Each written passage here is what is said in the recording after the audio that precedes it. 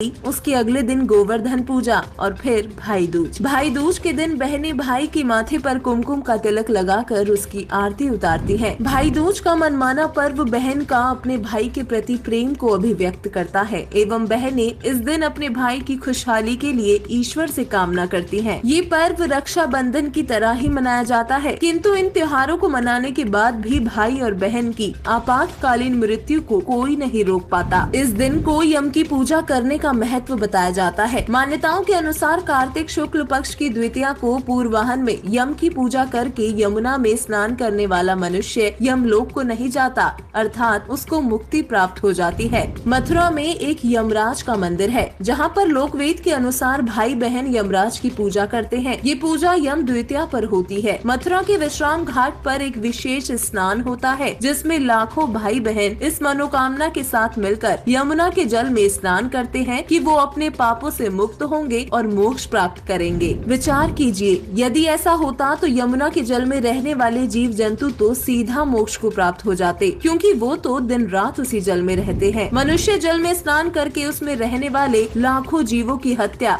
अनजाने में ही कर देता है, जिसका पाप उनके सर यानी कर्मों में जोड़ दिया जाता है। ऐसे में मोक्ष की परिकल्पना भी नहीं की जा सकती। पवित्र श्रीमद् भगवत गीता के अध्याय 16 के श्लोक 23-24 में कहा है कि जो व्यक्ति शास्त्र विधि को छोड़कर अपनी मन मर्जी से देवी देवों की पूजा, मूर्ति पूजा, पितृ पूजा, भूत पूजा, श्राद्ध निकालना, पिंड भरवाना, धाम पूजा, गोवर्धन की परिक्रमा करना, तीर्थों के चक्कर लगाना, तप करना, पीपल, जाटी, तुलसी की पूजा करना, बिना गुरु के नाम जाप, यज्ञ, दान, किसी भी प्रकार का व्रत करना आदि शास्त्र विरुद्ध पूजा करने से ना तो सुख हो सकते हैं, ना ही सिद्धि यानी आध्यात्मिक शक्ति प्राप्त होती है और ना ही उसको मुक्ति प्राप्त होती है। इसलिए अर्जुन, शास्त्र विधि से करने योग्य कर्म कर, जो तेरे लिए शास्त्र ही प्रमाण है कि गलत साधना लाभ के स्थान पर हानिकारक होती है। परमेश्वर कबीर साहिब जी ने कहा है कि कबीर एके साधे सब सधे, सब साधे सब जाए, माली सींचे मूल को, फले फूले अघाए। भाई बहन को सद्भक्ति का मार्ग खोजना चाहिए। सुनी सुनाई लोक कथाओं पर आधारित भक्ति करके अनमोल मनुष्य जीवन व्यर्थ नहीं गंवाना चाहिए, क्योंकि अंत समय में यम के दूत ही गलत साधना करने वालों का गला दबोच कर ले जाते हैं। धर्मराय द्वारा उनके कर्मों का लेखा जोखा देखने के बाद स्वर्ग और नरक में यातनाएं भोगने के लिए धकेल दिया जाता है। स्वर्ग की आशा करने वाले भी मोक्ष कदापि नहीं प्राप्त कर सकते।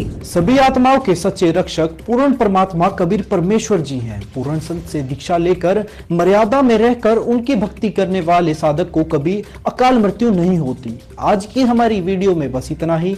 बने रहिए ऐसे न्यूज चैनल के साथ। धन्यवाद।